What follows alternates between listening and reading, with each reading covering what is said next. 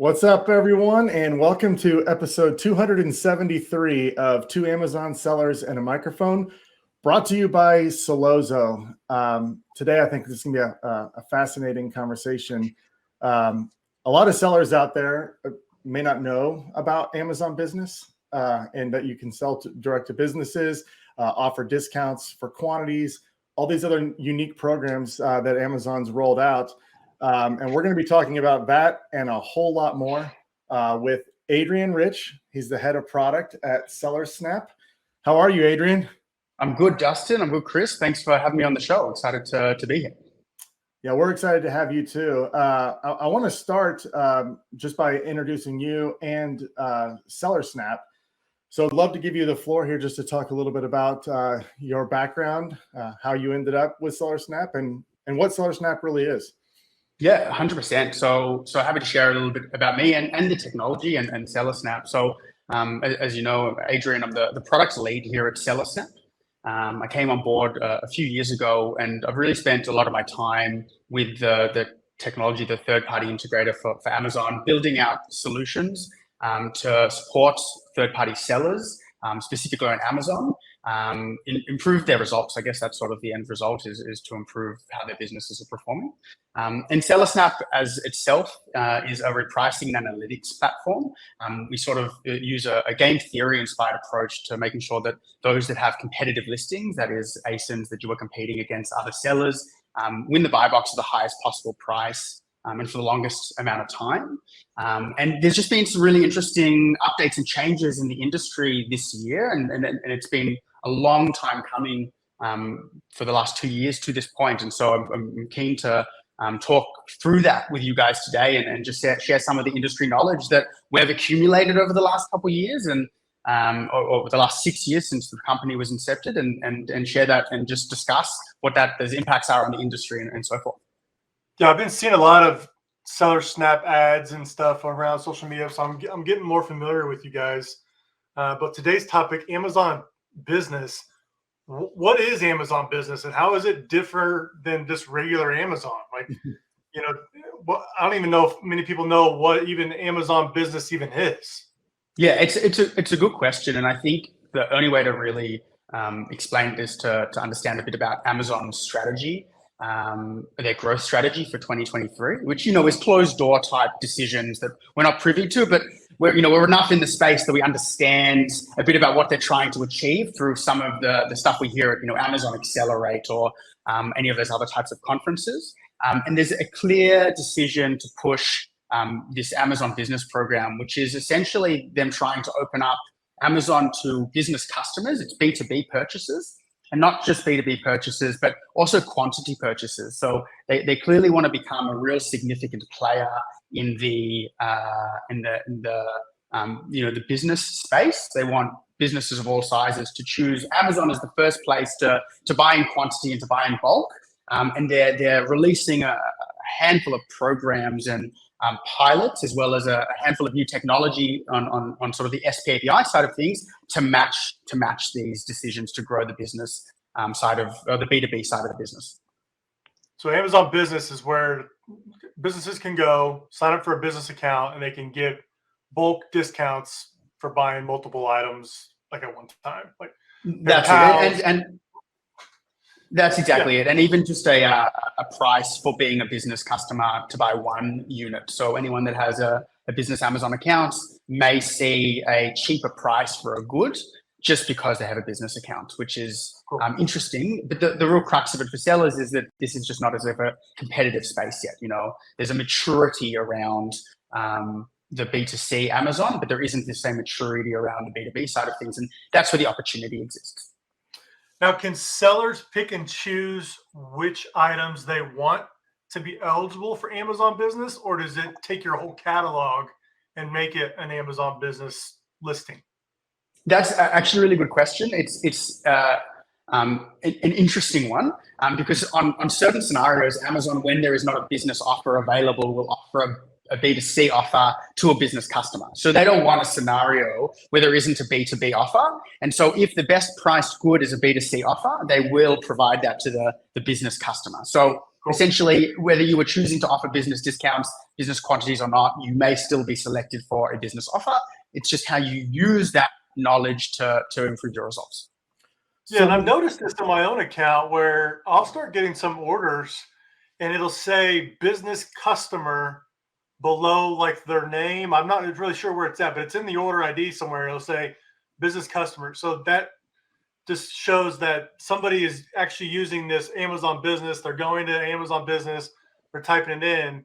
I don't have any business offers, but Amazon is still showing my products to those business customers. Yeah, and you can, whatever analytics tool you're using, if they are set up to look at business sales, you can actually see what proportion of your business is selling to business customers. And I think that's interesting because that might make decisions on how you decide to replenish or restock. Is a business customer sort of the direction you want to grow your business in? Do I want to look at things that are bought in quantities rather than in singularity? And so there's some strategy around that as well, both from the repricing side, but also from the business operation side of things. Dustin, you with us? I think we lost Dustin. Just a few moments behind us. Yeah. Yeah. Can you guys There we hear go. me now? Now we got you. Now we got you. I don't know what happens. It kept cutting out on me, so I apologize. No worries. So from the business customer standpoint, when they're searching through their business account, they're seeing offers that a typical Amazon shopper does not see. So there's opportunity. Is that correct? There's more. Yeah. So not only are they seeing offers that a B2C customer can't see, they're actually seeing a buy box that a B2C customer won't see. So the way we sort of we're looking at it at the moment is that there is a secondary buy box on the Amazon UI, on the Amazon storefront, and only certain customers see that. But it just means that that's a new buy box that you can strategically try to attack and price adjust in order to obtain it. Adrian, why go after Amazon Business? What was the reasoning SellerSnap decided to create this tool? Are you guys seeing potential growth with Amazon Business? Is this something that, Blue Ocean, not a lot of people are playing with? Because I haven't heard about this, honestly, in a long time. But is it just an area that Amazon is putting more focus on? What are you guys seeing? Yeah, that's a good question. It definitely is Blue Ocean, but it's not something that people weren't dabbling in. Sellers were there trying to get a head start in an extra market or an extra niche using Amazon Business for years now. And we had a tool that provided solutions for this. The problem was it's the Wild West. The way that most price-changing technologies work, and all Amazon solutions really, is through the tangible information that you get through their API. And until the last couple of years, Amazon wasn't making the business information available to third-party integrators like ourselves or to customers. So you could make an offer for business, but you didn't know what anyone else was doing. You might have an offer for $10 and another seller is at $12 and another seller is at $9.80, but you don't know if you're being competitive. And so you're just, the Wild West making decisions, not knowing how that's going to impact the competitive landscape or the competitive environment. And so the major changes Amazon made was they made all this information available to sellers and third-party integrators so that we can make actual educated decisions on how we should price change in order to compete. And that's both for the business buy box, but also for quantity tiers. Gotcha. Did we lose Dustin again? Okay. I think he's there. I think it's just you and me, Chris. We're just going back and forth. If sellers want to get the business discounts, is there a certain percentage they have to take off of their regular Amazon offer to make the business discount attractive? Yeah, good question. So the business, we're making it attractive. That I can't comment on. I don't know what a customer perceives as an attractive offer. But in order for Amazon to accept it as a business offer, it has to be equal in price or below the B2C offer. Okay. So that can be by a cent. That it just has to be equal to or below. Because as we said before, Amazon will promote a B2C offer as a B2B offer. And so they will also accept a B2B offer that is equal to your B2C. But we generally say that you need to be a cent below in order to obtain it. Okay, you mentioned earlier that this is a tool for those that have a competitive buy box, meaning that this is for people that are in wholesaling or there's multiple sellers on the buy box. Okay, so if I wanted to take advantage and outsell the other sellers on the listing, how would I get started with using Seller Snap, and what would I need to do to to start selling more? I want to sell more product using your tool. Yeah. Even before, like, I think we get into how like the Seller Snap solution works. I think it's sort of. I just want to take a step back and talk once again and just a bit more in depth about what Amazon rolled out. This Wild West thing that I spoke about before. Because previously it was possible to set business discounts through Seller Snap or any other repricing solution, or to manually go into Seller Central and set these business discounts or these quantity discounts and tiers. And so with this additional information, I don't want to get overly technical today, but it's referred to as an AOCN, an any offer price change notification, which occurs anytime there is a change in a price on a listing, a change in a featured offer, that's the buy box, or a seller enters or exits a listing. And so this has been a technology that it's called a notification, is a technology that Amazon has provided to sellers and third-party integrators since early on in the API's development, and now that's available for the B2B side of the business as well, for the business side of the business. But because it's such new technology, and until only a few weeks ago was this sort of available to the public in a usable fashion, there isn't any sort of technology out there that can support it.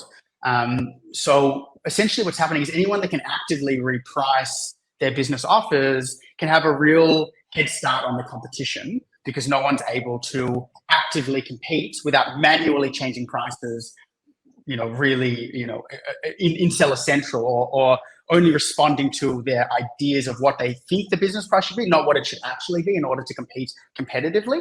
And so to bring back to the question initially, really all Seller needs to do if they're a Seller Snap customer or interested in trialing it is enable this tool. And our algorithm just determines, because of this newly available Amazon data, where you should be priced in order to compete. And what we're seeing is that people that are using the technology are getting 100% of the buy box, because no one can actively compete. It's such a new technology. And this won't last. Like, we're very aware that this is just this small window in time where we happen to have been a beta tester for the technology and giving feedback to Amazon for the last 2 years. So we were really ready, but this will change. At the moment, it's just, you can take the guesswork out of setting quantity discounts and get a head start in your competition for really the first time in Amazon business. So if I understand what I'm hearing, you were the first to market on this new technology, and you're seeing your customers are winning the buy box more often because they're using a better repricer than the normal repricers out there that are just making changes in Seller Central. Well, yeah, that's it. It's more than that. It's that the repricing industry for B2C is really I don't know what's the word. It's mature. Yeah. Everyone's using a repricer, and the reprices are as quick as they can get, and they're kind of commodity products. Everyone has one. Some use AI, some use game theory, some are rule based, but they're like pow, pow, pow, pow, pow. They're moving really quickly. But that's not possible yet with the B2B side of things, because no one has the technology or the tooling. So we were just fortunate to work in a feedback loop with Amazon on this for a 2-year period. We started in May 2021, giving them feedback, and we had developed a tool, and we've been in beta with it for a year, but we couldn't release it at scale because we were just waiting on Amazon to make a couple of changes that allowed us to release it. So we've done months of back testing on this tech, ready to go with a handful of sellers, and the results are quite remarkable, but they're temporary, because everyone will start to, the industry will become as mature as the B2C side, and you'll start to see that more competition and more active price changes, which leads to just stabilizations in those business offers. How often are you making price changes? Is this happening like every 15 minutes? Is this a once a day price change? How often does a price change happen? Yeah, good question. So on the Amazon's API limits how often you can make a price change to about once every 2 minutes. We say 30 times an hour. So we can reprice as regularly as that for the B2B side of things. We're not repricing as regularly as that because, like I said, no one is actively responding. So we make a price change and it might take a competitor 24, 48 hours to actually say, oops, there's been a price change, time to lower the price. And so we're not price changing so often, but we can go as fast as once every 2 minutes. Is this just to make sure I'm understanding it correctly? So if I'm selling a product, I'm assuming I can sell it B2C and B2B. So the repricer is actually changing both of those prices independently. Yeah. So you can imagine it like two different buy boxes. The only limitation is the B2B price has to be equal to or lower than the B2C price. So where the advantage comes in is the B2C sellers can't respond to a B2B offer from the repricer quick enough, so that's why the B2B offer is sticking. Yeah, the buy box. Yeah, they can't respond. With the B2C offers only get put into place when they're sort of the best offer, but they're not responding to that. They're responding to the B2C offers. So they're not looking at the B2B buy box and they're not saying, how should I reprice? The second thing is that if they are setting a singular B2B price, then they're not able to respond fast enough because they're not receiving that information in a timely fashion that permits them to make those real-time decisions. Interesting. So what is involved in the price changes? Because you mentioned quantity discounts. So as a business seller, do you just give it tiers? Oh, I'm with you. I'm with you. I've got the question. Do you just give it tiers? So the way the tool is currently working, I think we've lost him now, but I'll keep answering the question. I think the way I apologize. No, you're good. I got the whole question, Dustin. So I'll answer anyway. So the way the system works at the moment is it's only actively competing against customers. So in our headspace, our logic here, and we plan to give some more flexibility, but really you want to win the buy box at the highest possible price. Like that's obvious. You're not offering discounts for no reason. Amazon's taking a fixed fee no matter how many units you sell. So why would you offer a discounted rate for buying 10 unless you're trying to liquidate, right? Like fairly simple logic. So what we're doing is we won't offer a business discount unless someone else is offering we'll always offer a business price, but we won't offer a quantity tier and quantity discount unless another competitor is offering one. But then we'll match them all along the way. So before I spoke about the Wild West, everyone's doing different things for a business offer, $10, $12, $8, etc. The same thing's happening with quantity tiers. There's two sellers, Chris and Dustin, and one's offering units at 2, 4, 6, 8, and 10. And then Dustin's offering units at 10, 20, 30, 40, and 50.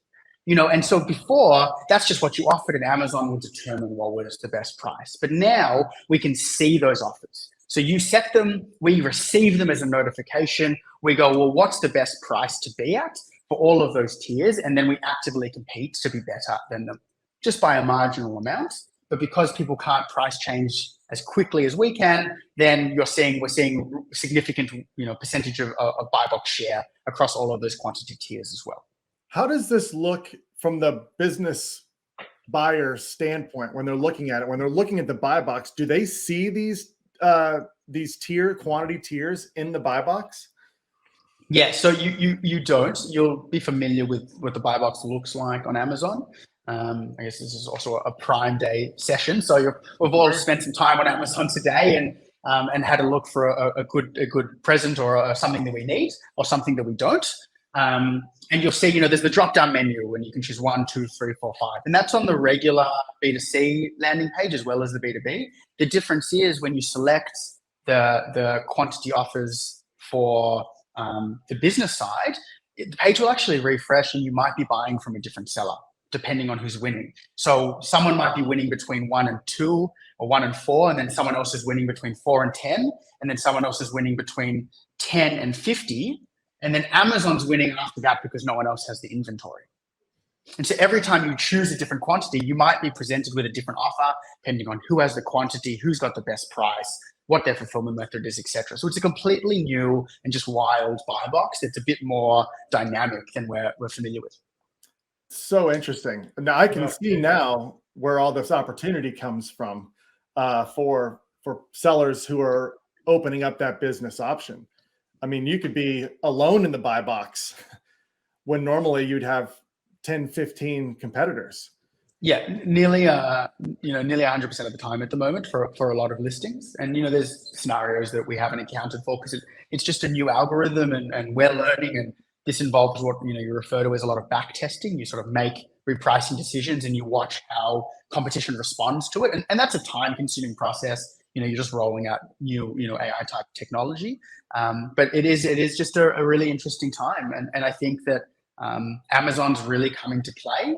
And there's a lot of sort of pilot programs they've got going on where they're offering reduced fees for quantity discounts. And I can only see growth in this space over the next 12 to 24.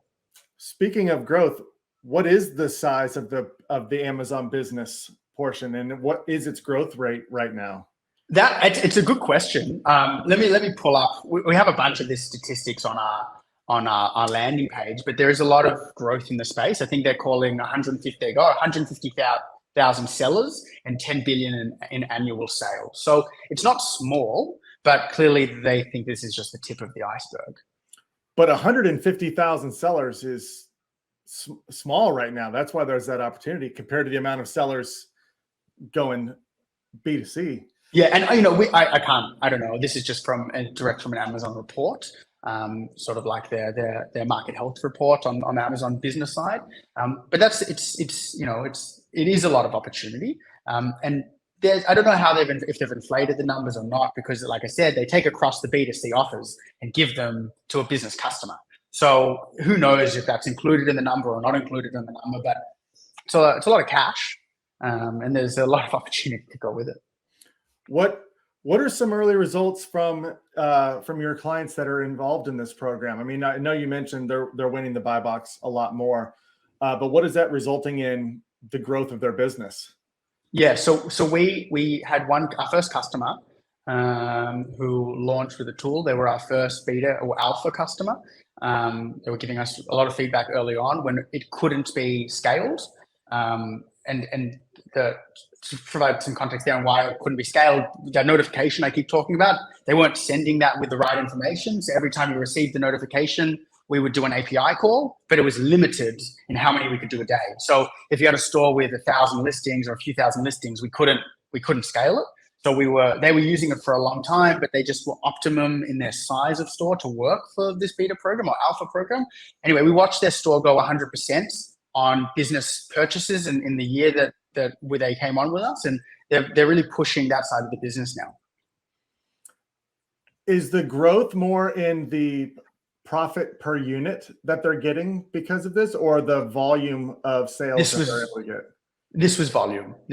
So this was they could just get a lot. They could just move stock so much faster because there was a whole side of Amazon that they were competing against that others weren't, which was good for their business. I don't think anyone would shy away from that.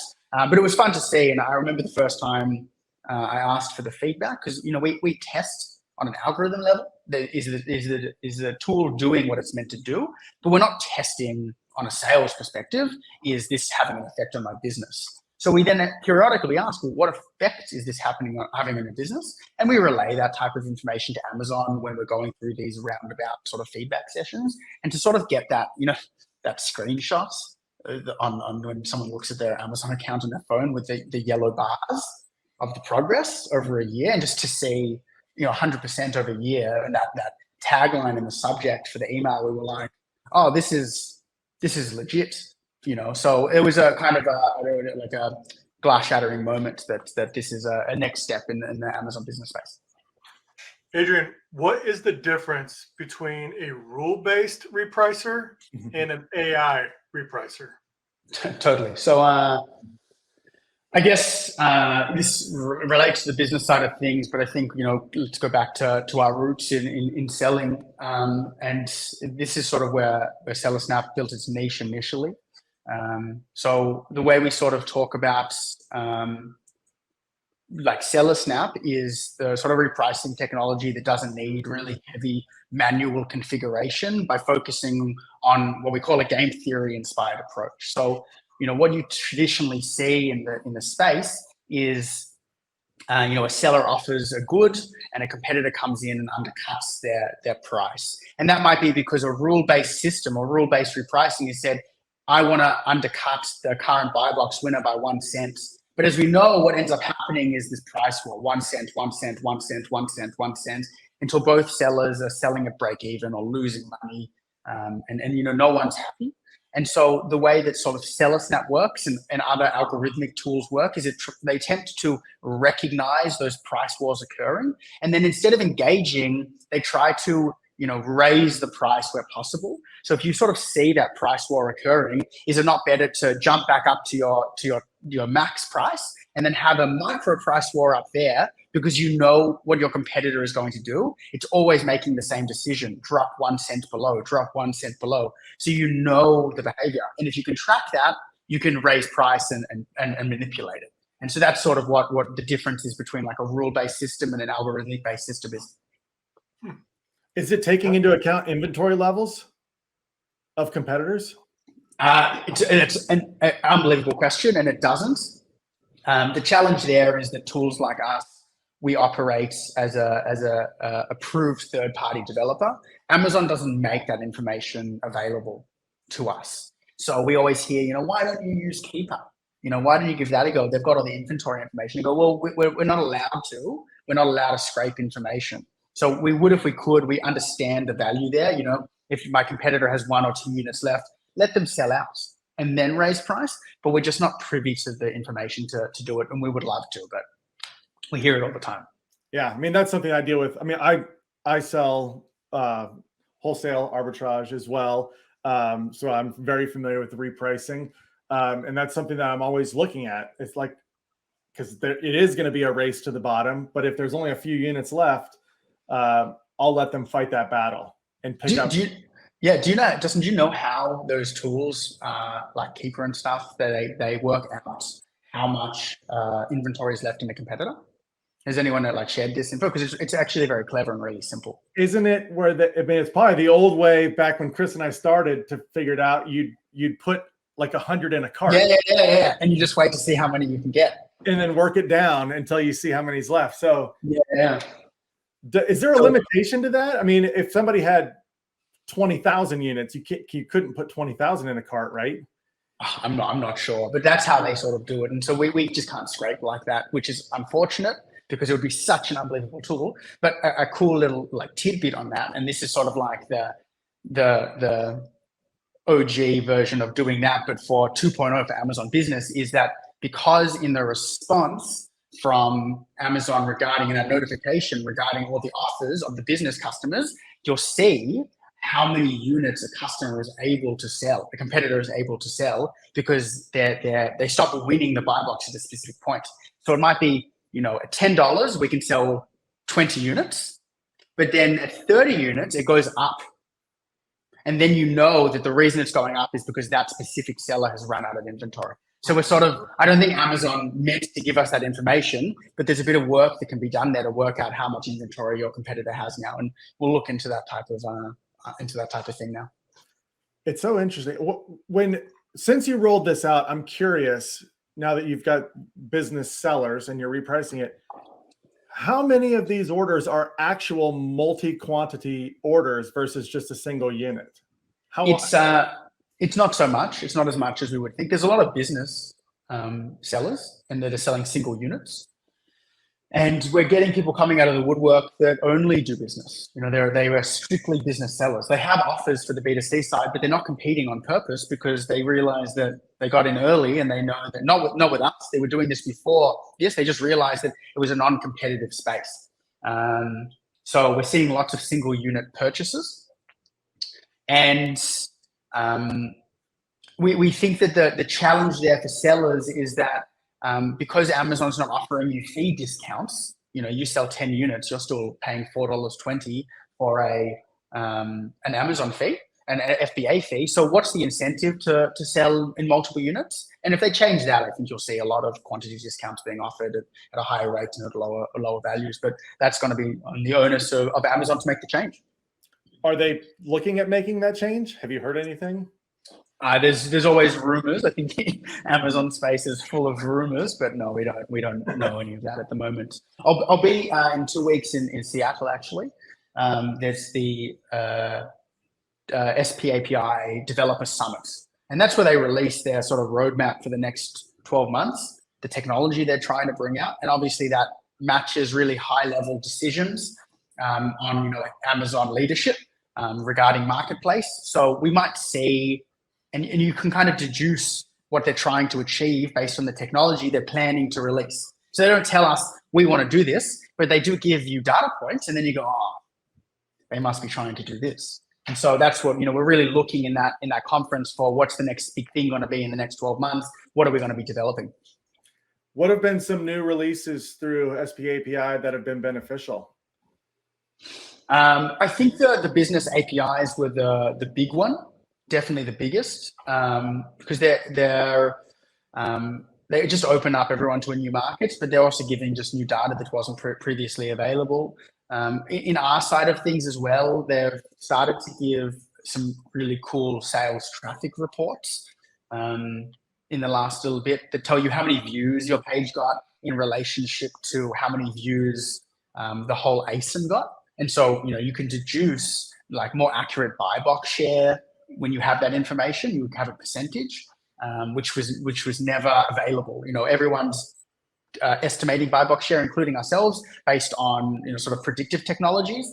But with this information, we can start to get a much bigger picture. And we know from what we're hearing from Amazon and just everyone seems to know in the space, we always see a buy box or 2 buy box winners or 3 in certain scenarios, but we know there can be hundreds. If you're in a FMCG, good, a fast moving consumer good space, like supermarkets, and it's highly localized. You're selling lettuce or a packed salad. This isn't crossing the country in a day. This is going out in your neighborhood. Well, that could be a buy box product.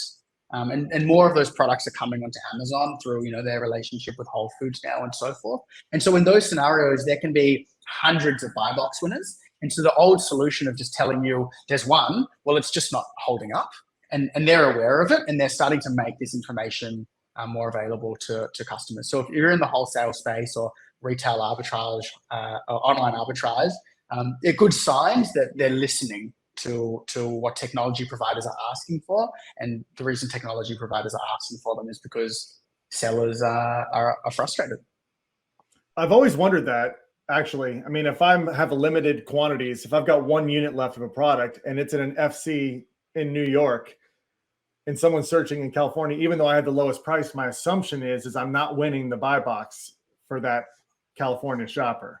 No, you're most certainly not. Almost, and now what do they call it? There's that new tool they brought out 21. It was order online, pick up in store. Do you guys remember that when they were really pushing it? And it just gives you the opportunity to go to a Best Buys and buy the TV and pick it up directly. You don't have to wait for the shipping or pay for the shipping. So, once again, that's going to be a really localized offer. But if you're in that, that zip code, they're going to show you that offer. And so you're right. You're not winning it on the West Coast if you're selling it low inventory on the East Coast. Most likely not. But no one knows that. No one knew that. And now we're starting to get some breadcrumbs that this is the way they're moving in terms of technology. Adrian, I know we've got, there's a lot of wholesale, there's a lot of arbitrage, retail arbitrage, people that listen to this podcast. And I'm sure this is fascinating because this is a new wrinkle, something that I'm an arbitrage seller and I wasn't aware of this. So it's been really fun to talk to you. And I know that people listening right now want to learn more. Want to try out SellerSnap. What do they need to do to get more information and get started? Totally. So we offer a 15-day free trial. You just can create an account by going to our website. That's SellerSnap I'm sure that'll be, the link will be somewhere around here. There you go. There's the website. And you can just start a free trial. The team's really hands-on. So, they'll get you on a call for a demo and set up everything on your behalf and go through strategy sessions. That's through the trial and then afterwards as well. And then we're just really interested in hearing feedback from customers on this one. It's a new tool for us. It's a new tool from the industry, and our tools come from the feedback we get from customers and the analysis we do on the data. So the more that use it, I think the better the algorithm is going to get. And then that's just an exciting thing for us and exciting thing for sellers too.